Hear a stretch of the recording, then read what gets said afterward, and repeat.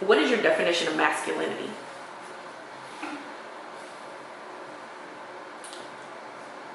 That's a tough question to answer because the more I explore and question and trouble and interrogate masculinity, the more I realize that it's not a fixed thing.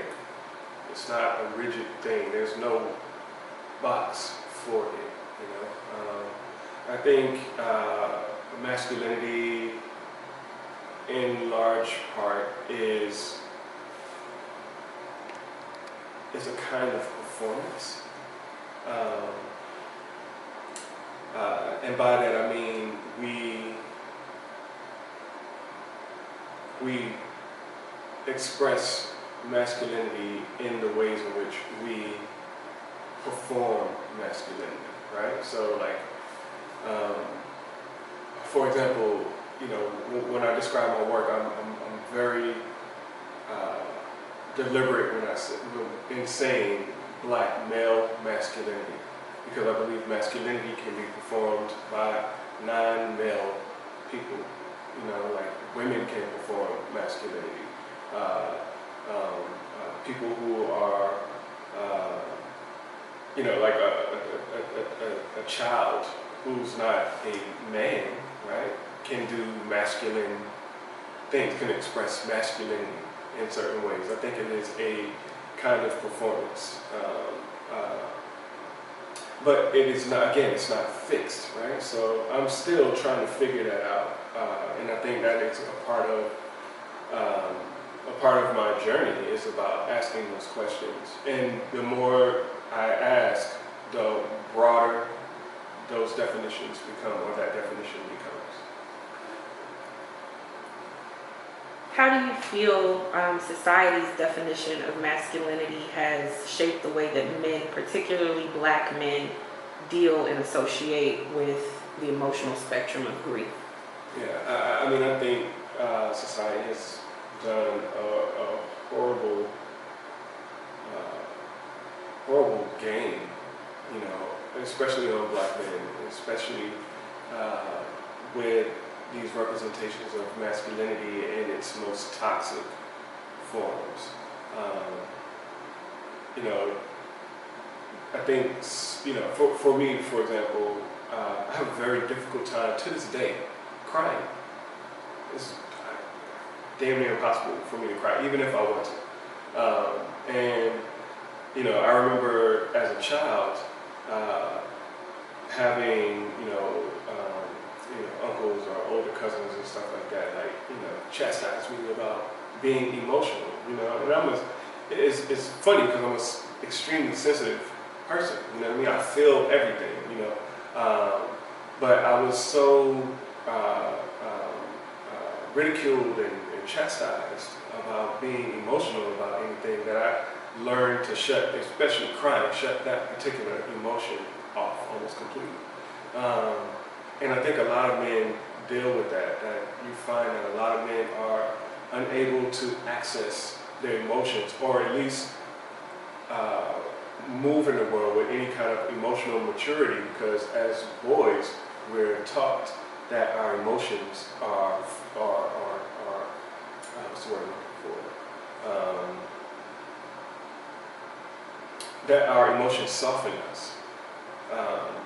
And yeah, I mean, you know, not being emotional can create a kind of rigidity, you know, but it's a brittle, you know, hardness. You know what I mean? Like, it's not a solid hardness. It's brittle. It's fragile. You know, and you see people break all the time because they can't express themselves in a way that is healthy. You know, it's like a Chinese proverb or philosophy that talks about like a tree, like bamboo. You know, like the wind can be 100 miles an hour and the bamboo will sway and bend and it will never break.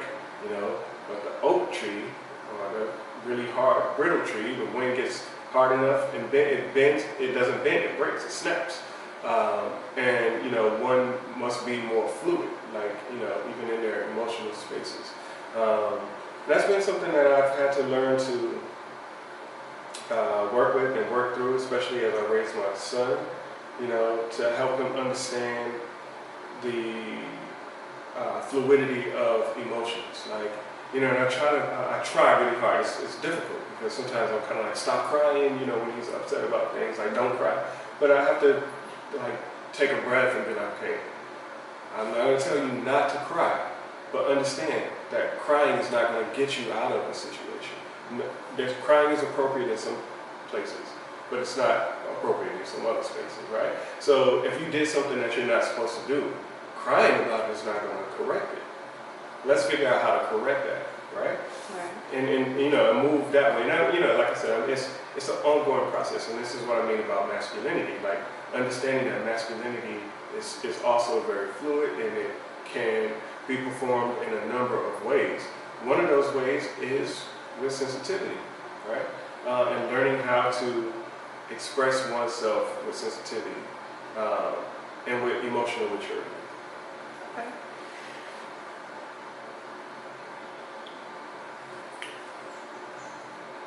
How do you challenge societal expectations of Black men and grief with your heart?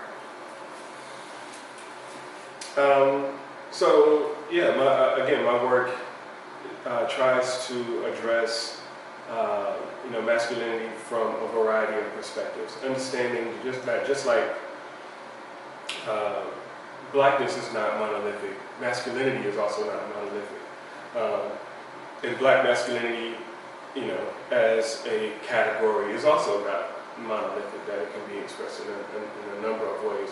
I try to do that by reflecting in my work Black masculinity in as many different ways as possible, so that the points of access into the work are varied, and people can see that, it's okay to be this and I'm still a Black man. It's okay to be this and I'm still Black. It's okay to be this and I'm still a man. I try, as much as I can, not to fixate on trauma in my work, because I think that, too much of the visual language or visual vocabulary around Black masculinity and Black identity in general centers on trauma. And it's not trauma in a healthy way. Like, it's not a healthy way of expressing grief, but it's more like shock, shock and awe, you know what I mean? Like, images of Black bodies in trauma with no way where to go to get out of it, you know what I mean? It's just like, this is it. You're traumatized. Your life is endangered and in danger, and that's not healthy. Like, that is just as rigid and limiting as some of the other toxic ways that masculinity is presented, right? And so, like, for example, the show that I have up at the Carlos Museum addresses life, it addresses grief, it addresses trauma, but it addresses all of these things in ways that are generative, that allow you to think through and to process death, to process grief, to process the trauma, to process hope, to process all of these different things in ways that that ultimately, I hope, invite conversation and invite deep introspection that is healthy and that is productive, as opposed to just being like, Black people are getting shot by cops, oh my God, like, we know that that's happening, but what do we do about it? Yeah, I think I sent you a message and told you that after viewing your exhibit, my boyfriend started opening up about just his experience with police officers. And what was interesting to me was that, not saying that the gentlemen who have passed away or females who have passed away had any responsibility in their deaths, but his perspective was, almost like, I felt like we went in and we were born almost, like coming, I felt like we were going into a womb and coming out. That's the best way I can describe it. And I heard him take accountability for his immaturity in certain situations, which was mind-blowing to me. Not that he's not a person of accountability, but it was like, oh my God, did you really just say that? And just the fact that he was opening up and talking about his experiences, like that's never happened before around the subject of police brutality and murder. And so thank you for that. Oh, thank you for sharing that. That's, Yes. that's really amazing. And I mean, ultimately, like that's the goal. Like that's always the hope, you know, that the work will invite that kind of discussion, you know, that kind of intimacy. You know, I do what I do to give black boys and black men permission to just be who they are, you know, like in large part it's because it took me a while to get to a place where I was just comfortable being who I am. And I realized that it's because so much of the world told me I was supposed to be like this, Right. you know, or if they weren't telling me I was supposed to be like this, I was trying to avoid the thing that they said that I was like, because I didn't feel like that was who I was. You know what I mean? So it's like trying to get to a place of being comfortable with who I am. You know, like, again, growing up, I always knew, and I almost caution at saying this because I don't want to sound arrogant or anything like that, but I always knew I was different. You know what I mean? Like, I just didn't feel like everybody else. Like, I didn't feel like I thought like everybody else. I certainly didn't act like everybody else. And I didn't feel comfortable with pretending, you know? People are always like, oh, you know, you're acting like a sissy drawing. I want to draw. You know, I don't want to roll on the ground with them boys playing football. Look at those girls over there, they're cute. I want to go talk and play with them. You know what I'm saying? Like, I just, you know what I mean? Like, I just never, like, fit the stereotypes. You know, and that's the only thing I call them now because they were very flat. Like, boys do this. Right. Not all boys. I don't do that. At least I don't want to. Right. You know, and some of the things that they told me I was supposed to do, I wasn't good at. I was good at drawing. You know, I was good at singing. I could make people laugh. I could do, you know what I mean? Like, I wanted to do that stuff. Like, that felt right to me, you know? Right. Yeah. So you got your doctorate at Emory, a very white university. Mm-hmm. How did you fit into the culture there? Again, it was very much a lesson in learning to be myself, you know. I came into that program after having been out of college for almost, let me see, I graduated in 97 and I started back in 2012. So was that like almost 15 years? I can't do math in my head. That's not my strong point. But anyway, it was a long time. Like, I haven't been in the classroom in a long time. I also was older than, I was the oldest person in my cohort. And ended up being often the oldest person in my classes. And a lot of the other people, you know, that I was doing my coursework with had only been in school, right? They graduated from high school, got their undergraduate degree, got their master's degree, and then came right into this PhD program. Right. Me, I got my bachelor's degree, and then I was living, you know. So I can remember sitting in class and sitting around the table, you know, having discussions about the things we were reading, and, you know, a lot of the language that was being used, and terminology, and concepts and philosophies. I had no idea what people were talking about. Like, you know, I read the text and, you know, I had my own ideas about it, but, you know, when we'd be in class, we'd be like, oh, no, and Derrida was talking about this, and, you know, Hegel was saying such and such and such, and, you know, I'm like, what? Like, I don't even know what that means. I don't even know what that was. So you speak of making the threat of death powerless and ineffective through knowledge of our original spiritual understandings of death. Mm-hmm. Why is the threat of death such a useful tool for destruction? Yeah, I mean, we're talking centuries of PTSD that's almost encoded, you know, in our DNA now. that we walk and live and breathe this fear of death and destruction. Imagine, being in your house, minding your business, somebody kicks in the door, grabs you, strips you of your clothes, shaves your head bald, takes you someplace where you have never been before, drops you off, and beats you senselessly until you say, until you just do whatever they tell you to do. You can't speak your own language anymore. You can't pray the way you want to pray anymore. You can't do anything that you're accustomed to doing anymore. You're completely at their disposal, right? And when they feel like they're done with you, then they can just off you, right? This is what our ancestors experienced and went through. And this type of violence,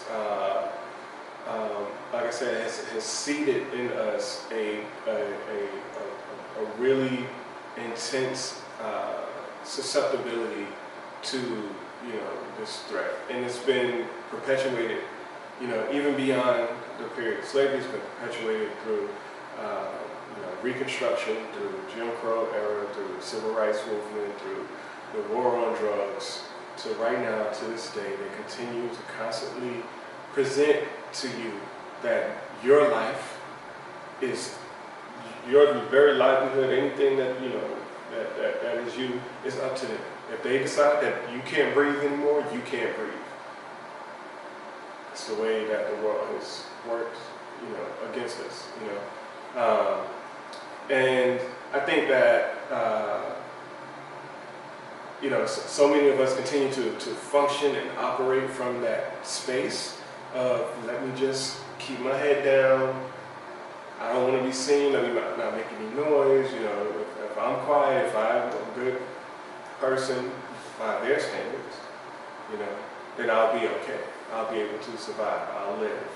But that's not living. So the exhibition essentially asked the question: what kind of life could you live if you weren't afraid to die? Right. And I think that that's a powerful sentiment. I think everything changes when you're no longer afraid. That's when you're free. As long as you're afraid, as long as you're fearful, as long as you're intimidated, you're not free. And you kind of answered my next question, which was, do or die as a call to action. Yeah.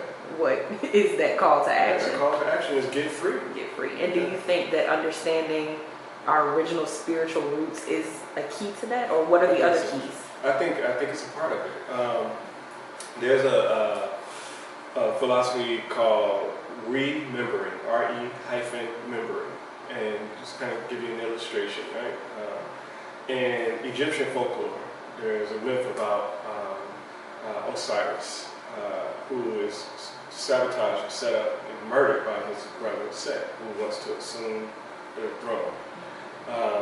Now, as you know, in Egyptian rituals, when a person dies, they, when they're embalmed and mummified and all that kind of stuff, all their organs, everything is, buried with them. Well, to keep him from having proper funeral rites and being able to, move on to the afterlife in whole and complete, Seth takes his body and scatters the body parts all over the Nile Valley, all over Egypt. So he can't go on.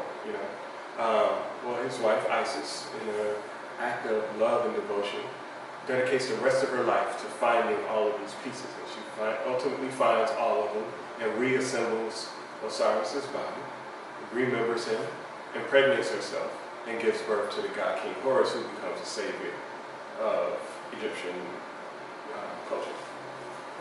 So this philosophy is based on concepts of this story. It uses it as a sort of a metaphor, right? So for Black people throughout the world, we have been dismembered. We've been fragmented. Parts of us are scattered all over the world. We don't have our language, culture, our spiritual practices. Everything has been stripped away from us, right? A part of being able to move in this world whole and complete was being able to reassemble all of those aspects of ourselves that have been that we've been robbed of, and then being able to, reassemble and then see the world differently. And I firmly believe that tapping into, our ancestral legacies, aid us in that remembering. Like it gives us language, to talk about our experiences. When we can think in our own language, we can process things that are happening to us, and we can come up with remedies and solutions for them. I also think it's important because it removes or moves us beyond the space of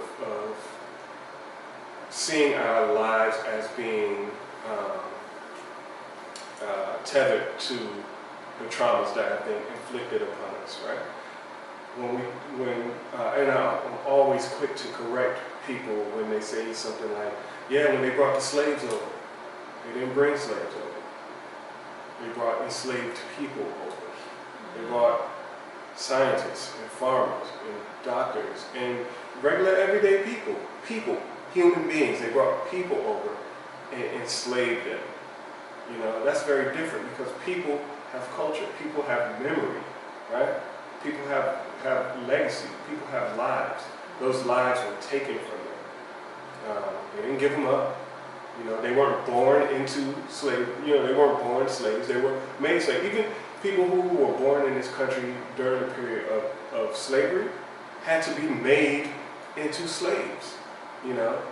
Sometimes that was the white overseers and plantation owners who broke children down until they, accepted their condition and, would perform as slaves. Sometimes it was the parents of those children who, in trying to protect their children, like, don't pick that, don't think about reading a book, don't think about playing with that little white Johnny, you know what I'm saying? Like, you're a Negro, do what Negroes do, you know what I'm saying? Like, as a way of saving their lives. But ultimately the point is that when we begin to tap into our ancestral legacies that predate the period of slavery, we see that we are and have always been people. We were people who were robbed of our expressions. We were people who were victimized and abused and traumatized, but we are a people. And people have a memory, people have a legacy, people have a culture, people have ways to express themselves. And I think that connects us to a larger perception of our body than, thinking that we were born slaves or that we were automatically slaves. That's really interesting, deep. It makes me kind of view us as the Walking Dead almost. Like, and I don't know if this makes sense, but I feel like sometimes, especially like I used to work a full-time job that I hated. Hated going to it. I would rather have died than to continue down that path. And it's like hearing you describe that is almost like I would rather die than to continue living life dead. Well, yeah, there's so much literature and work that's done around the black body and death, specifically the black body and death, because the ways that black people experience death in the context of Western civilization is unlike any other race of people, except maybe Native Americans, But one of the books that I did a great deal of work with around my exhibition and my academic work is this book called The Death-Bound Subject, which basically talks about the ways in which the black people move, kind of like how you described, like the living dead. You know what I'm saying? Like we consider our lives as being death bound. Like we're already dead. You know, like we can't even move freely in this world. Like, because if we go over there, white man gonna kill you. You know, if you go over there, then you won't be able to get a job, and you can't take care of your family, and you can't, you know what I mean? So you're dead. Like you're like, either way you have it, you're dead. So like, what's the point, right? Right. And so we see so many of our young people live their lives in these self-destructive ways because it's kind of like, what's the point? Right. You know, and again, so much of the culture and the narrative around the black experience reaffirms that, you know, you're death bound anyway, that young people are just like, oh, you know, what's the point of, you know, trying to be a productive person? What's the point of trying to go to school? You know, what's the point of, you know, trying to have a career? Like, it doesn't matter anyway, you know. And I endeavor to change that, to show something else, to give people permission to live. Right. And that was something that came to mind when you were talking about your parents and your father killing your mom. I know that societal perspective is, well, you grew up in a violent situation, so you're going to be violent. How did you feel as if you overcame that precursor to violence? You know, in fact, if I had to venture to that point, I wouldn't even attribute violence to my father, because, you know, my father was actually, he was diagnosed schizophrenic, you know, so, you know, what happened between him and my mother had more to do with, you know, his mental illness than him being a violent person, you know. But after being adopted by a family in South Carolina, I literally was abused. You know, I grew up getting the shit knocked out of me on the regular for no reason whatsoever. And it wasn't just physical abuse, it was also verbal abuse, you know. And, you know, that, like, again, from a very young age, I just felt different. You know what I'm saying? And as terrible as my childhood was, you know, because, like, my mom dying was kind of like the beginning of the torment, you know. I never accepted that that would be my fate in life, that that would be my life in life, you know. And I always, to this day, I always tell people, just because something is doesn't mean it has to be, you know. Just because something is going on right now doesn't mean it has to be going on in the next few minutes. You can literally change that. You change your mind about it, you can make it be whatever you want it to be. And, you know, art for me was one of those things that allowed me to see that, you know. I just knew that I could do something else, that I didn't have to be there. Like, I mean, if I could have had like a countdown watch, you know, clock in my home growing up, it would have been ticking away the days till I could leave there and start over. That's all I wanted. I just wanted, just let me make it to graduation and I'm gone. And I'm not looking back. And I didn't, you know. But I never let those experiences dictate to me who I would be or what I could become. I made that decision, you know. I decided I want to be this kind of person, and I want to be this. I want to be, you know, like I remember, you know, I used to love the Cosby Show. And all I wanted to do was have a wife, children, and a good time. You know, I decided that. I could have been like, well, that's bullshit. I don't believe that's real. You know, ended up doing something crazy or stupid or whatever. I could have made a lot of bad, poor decisions, but I didn't. I made decisions for what I wanted, not what, you know, what I wanted to happen, not what was happening. Did you experience a lot of grief when your first marriage ended? No. You didn't? I experienced a lot of grief while I was in that marriage. Interesting perspective. Why do you think we fear death so greatly? Again, I think for Black people, we fear it because we never really, for the most part, never really get a chance to live. You know, I think when you live a full life, in Ifa they call it having a good death. you know, that you live a full life. You live, you know, your grandchildren, you've set goals in life and you accomplish them. You know what I mean? Like you're an old man, you know, you've experienced it all, you've done it all, you've seen it all, you've tasted it, you know, that you welcome death. Yeah, I had a good time. This was a good ride. You know, but too many of us never get to live that life. Like we never get to live that good life.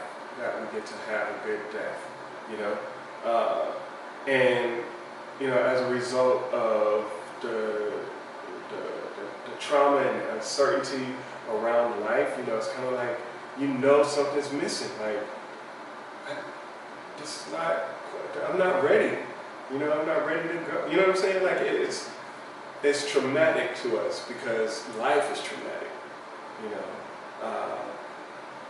You know what I'm saying? Like if you,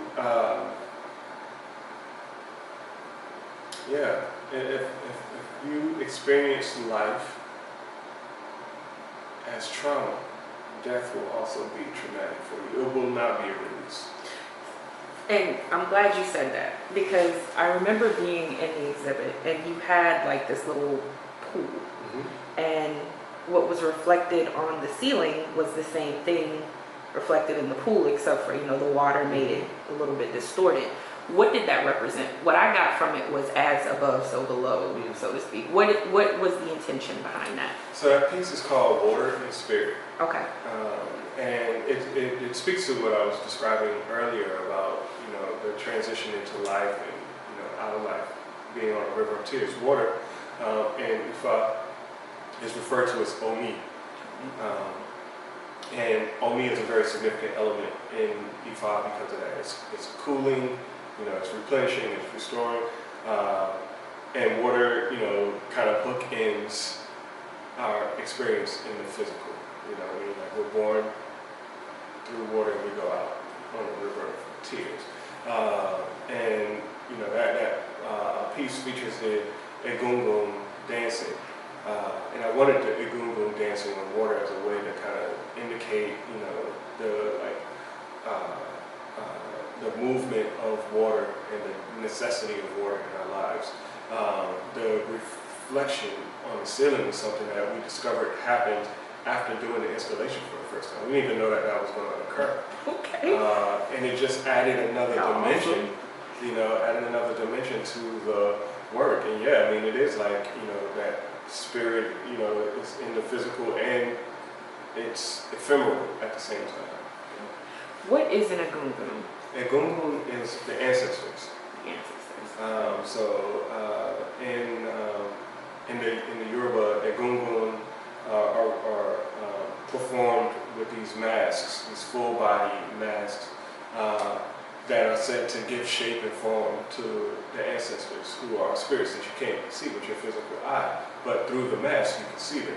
You see them move and you see them dance, and the Egungun are really powerful agents. You know, they are our first line of connection to the spiritual world. Like one of the ways that I heard it described, which was really beautiful to me, is to think about like when you were a little child and you were running around playing outside and you fell down and hurt yourself. You would go, Grandma, you know, I hurt my knee. And Grandma, you know, kiss your boo-boo, put a Band-Aid on it, and, you know, send you on your way. Well, the Egungun, that's Grandma. You know, that's the ancestors, you know what I'm saying? So in this life, as we go through our life, when we have trials and tribulations and things like that, like when we need something, we go to the Egungun. You know, we go to Grandma, you know, to help us. And she's in the spiritual realm. She can help us now. She can benefit us from there. You know, and it's not just when we are in trouble, but when we want to celebrate something, we celebrate with our Egungun. And I just find that to be like a really beautiful sentiment. And again, you know, it also speaks to, I mean, if we want to get scientific with it, you can also talk about DNA. Like, you know, when we talk about our ancestors walk with us, they're literally within our blood. Literally. You know, and you know, we you know, constantly call upon and venerate their ancestors and venerate their gungun, because as long as we call their names, they will continue to exist. I just had a question and it totally. It'll come back.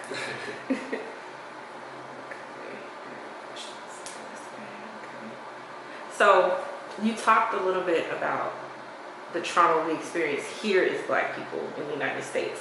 How do other cultures of color see death from your perspective in the places that you've traveled? I would hesitate to respond to that because I haven't done enough research to really give a definitive response to that. A lot of what I do, even though it's interpreted through or incorporates language of the Yoruba, I'm referring specifically to our experiences as Black Americans. Okay. Because that's what I know most intimately. I can respect that. How do you feel about cemeteries? I respect them. Respect them. And yeah, I respect them. I don't have much more that I can really say about cemeteries. I think that we can do a lot more to engage and activate those spaces. As a community, I think oftentimes when people transition, we have the funeral, we put them in the ground, and then we don't walk. We walk away. And again, within the Yoruba, communication with your ancestors, with your deceased loved ones, is a constant. Again, it's a symbiotic relationship, right? So as long as I call on the names, of those people who have come before me, then they will continue to exist and they can continue to intercede, where I need them in my life. And it's a mutually beneficial, relationship. But if I don't call their names, have you seen the movie Coco? I haven't. Okay. I'm gonna watch it. Yeah, watch that. It's exactly what I'm talking about. Example, it would be sad for me not to see them grow up, and you know what I mean, like that kind of thing. But for myself, I'm not afraid. Have you talked to your children about death? Tangentially, not we haven't sat down okay, let me tell you guys about that. You know what I mean? Well, yeah, we've certainly addressed it. And we talk about the ancestors. We talk about why that's important. I keep an altar, ancestor altar. I've always had an ancestor altar in my home, so my children have grown up, with that. One of my son is 10. He had a classmate who died from cancer last year, and they gave the children a little bracelet with the boy's name on it and stuff like that. And when my son came home from school that day, he asked if he could put the bracelet on the ancestor altar. And I was like, of course you can. So he understands that that's what it's for. Right. So that he knows that he can visit his friend. Visit with his friend, his memory is kept there. Right. Now, when you say visit with his friend, and you mentioned your mother being around you your entire life after her death, are we talking paranormal experiences, or what we identify as paranormal experiences, or a true spiritual connection? Yeah, certainly spiritual connection. Okay. And I'm not dismissing paranormal activity at all. I'm the first person to say, if somebody asks me, do you believe? I believe any and everything. Me too. Me too. But what I'm referring to is a spiritual connection. So I'll give you an example of my mother. Okay. I've shared this with my children before too. There have been a number of times in my life where I was about to do something that was not going to be a good look, and someone will come out of the blue and just kind of give me a nudge. it should be. You know what I mean? And in those moments, I've always felt my mom, like she sent that person, you know, to go get that boy. Right. You know what I mean? And like thinking of one in particular. So when I was a sophomore in college, and this is probably a result of the kind of grief and stuff that I was going through, you know, also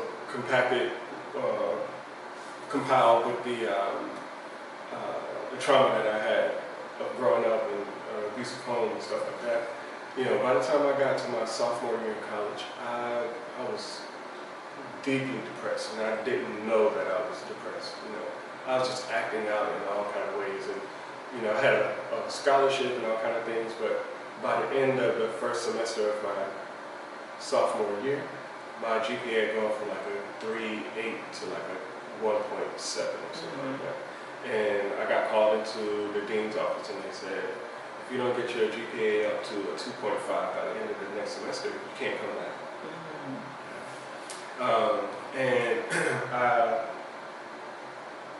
You know, that made it even worse. Now I was even more depressed. But around that same time, a friend of mine told me about this program where you can go to any college in Atlanta and get credit for it at your home school as long as it didn't interrupt your schedule. And so I was like, well, you know, I don't like any of my teachers here at Atlanta College of Art. I want to go to a black school with some black teachers who get me, you know, got a chip on my shoulder. I'm just, you know, cocky. I think I know everything, you know. And I ended up trying to go to Morehouse and learn that Morehouse didn't have studio art classes. So they were like, well, you know, maybe you could do a class in spelling. And I was like, well, yeah, there's girls over there. I'll go do that for sure. You know, so I ended up signing up for a painting class at spelling. And I met my mentor, Dr. Arturo Lindsay, or who became my mentor, Arturo Lindsay. He was the painting professor over there. And I remember the first day of class, he was taking the attendance and stuff. And he looked at the thing, he saw that I was cross-registered from Atlanta College of Art. He was like, you go to ACA, what are you doing over here taking a painting class? And I was like, I wanted to study with a black teacher. And he was like, first of all, I'm not black. You know, he's Panamanian, he's black, you know. He's like, I'm not black. And second of all, don't come to me just because I'm black, come to me because I'm good. You know, and then he went on. And I'm like, nah, you know what I'm saying? I'm mad at him, you know. But anyway, I ended up sticking around, and he basically like took me under his wing, you know what I'm saying? And when I tell you, I think most professors at this day and age will get fired for the way he would talk to me. You know, he wasn't abusive or anything like that, but he was very strict with me and very stern about, you know, because he saw what I was capable of, and he saw that I was just kind of bullshitting around, you know. And he was like, you know, like he would have me build these like big canvases like this, and I couldn't build a canvas to save my life. They'd be crooked, and just he'd be like, I refuse to look at that. I don't care how well you can paint. That canvas is crooked. Take that shit down and start over. What do you mean building? Like build a frame that the canvas is stretched around. You have to do that? Yeah. Oh. He taught me how to do it and stuff like that, but I was really bad at it, you know, because I was used to just sliding by, like, you know what I mean, like just get by, you know. And he wasn't having it, you know. He kept getting on, kept getting on. Always be, you know, on my back, always. Come to find out, you know, Arturo was born in Panama, like my dad. You know, moved to Brooklyn, New York, around the same time as my dad. You know, and we kind of had this connection. You know what I'm saying? It was like, where did you come from? You know what I'm saying? Like, because he didn't have to do what he did. You know, and you know, I'm at an art school where nobody even, you know, paid any attention, care at all. You know what I'm saying? It was like, you know, he took me in. Like to this day, he calls me his son. You know what I'm saying? And I always think about like instances like that, like with Arturo. You know, I can name you a dozen more where like an individual came into my life at a point where I really needed somebody to like get it right, keep going. You know what I'm saying? And I always see my mom in those moments. You know, like looking out for me and making sure that I do what I'm supposed to do. She's even come to me a few times in dreams to give me, you know, messages, you know, about stuff that I should be doing. You know what I mean? Like, and you know, that's I'm not making this up. It's, you know, not an exaggeration. It's real. I believe you. Yeah. Wow. So my last question is, what do you want to happen with your physical body when you pass away? And have you made funeral or burial arrangements? Why or why not? I have not. I've thought about it. I've talked to my wife about it. And I'm somewhere between, you know, cremation or one of those like pods with like a tree. Yeah. Yes, I love that. I specialize in alternative Okay. funeral and burial. I love that you're open to that. Yeah. That just made my day. Because I don't meet a lot of Black people that even know about that, let alone that are interested in it. But I do know, like one of the things that we've talked about specifically is that I don't want a typical funeral. You know, like I don't want a casket where people walking by seeing my, you know, deceased body. You know, I don't want that to be the last memory that people have of me. Rather than having like a funeral, you know, people crying and stuff like that, I love to party. I just want a big party with all the, you know, the music I love and the people that I love, and you know, have a, like dance. Like that's what Okay. Wow. Well, thank you. Thank you. I've really enjoyed talking to you. It's great speaking with you.